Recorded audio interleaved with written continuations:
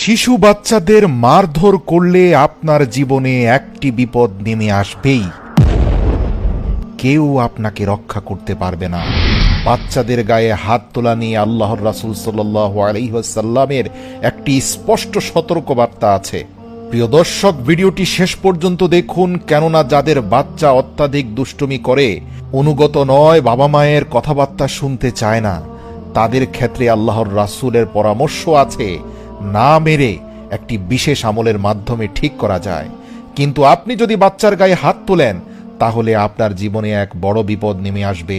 অনেক মানুষের জীবন পরিবার ধ্বংস হয়ে গেছে ছোট কচি কাঁচা শিশুদের গায়ে হাত তুলে। প্রিয় দর্শক, ভিডিওটি শেষ পর্যন্ত দেখুন। এক ব্যক্তি তার ছোট বাচ্চাকে মারধর করছিল। এই দৃশ্য দেখা মাত্র হযরত আলী রাদিয়াল্লাহু তাআলা আনহু দ্রুত সেই ব্যক্তির নিকটে গেলেন এবং ঝট করে তার হাত ধরে ফেললেন। ধরে হ্যাঁচকা টান দিয়ে নিজের কাছে এসে বললেন, হে আল্লাহর বান্দা, নিজের উপর জুলুম করছো কেন?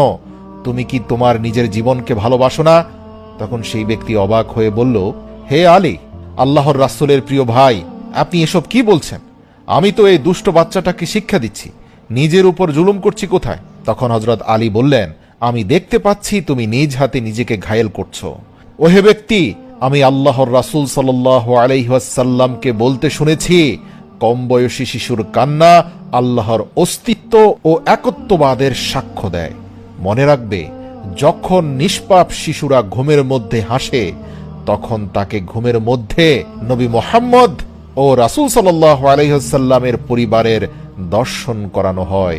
হে আল্লাহর বান্দা, এই কথা কখনো ভুলবে না যে যখন শিশুর দেহে রূহ আসে এবং যতদিন সে সমস্ত গুনাহ থেকে নিষ্পাপ থাকে, ততদিন পর্যন্ত আল্লাহর ফেরেশতারা আল্লাহ তাআলার রহমত এবং বরকত সহকারে সেই মাসুম বাচ্চার আশপাশে অবস্থান করতে থাকে।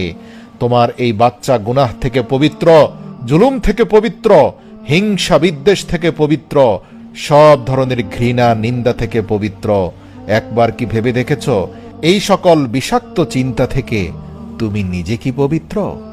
অবশ্যই নয়। ইতিমধ্যে তোমার অন্তর হিংসা বিদ্বেষ দ্বারা কলুষিত হয়েছে, ঘৃণা নিন্দা দ্বারা কলুষিত হয়েছে, হালাল হারাম দ্বারা কলুষিত হয়েছে। কিন্তু এই শিশু নিষ্পাপ। ভেবে দেখো তুমি কি করছো। তুমি একজন পাপী ব্যক্তি হয়ে আল্লাহ পাকের নিষ্পাপ বান্দার উপর জুলুম করছো, যার ফলাফল স্বরূপ আল্লাহ যে কোনো মুহূর্তে তোমার উপরে আসমানি জমিনি বালা মুসিবত নাজিল করতে পারেন। জেনে রাখো, শুধুমাত্র নিষ্পাপ শিশুদের গায়ে ছোটখাটো ভুল ত্রুটি এবং ছেলে মানুষের কারণে যারা হাত তোলে,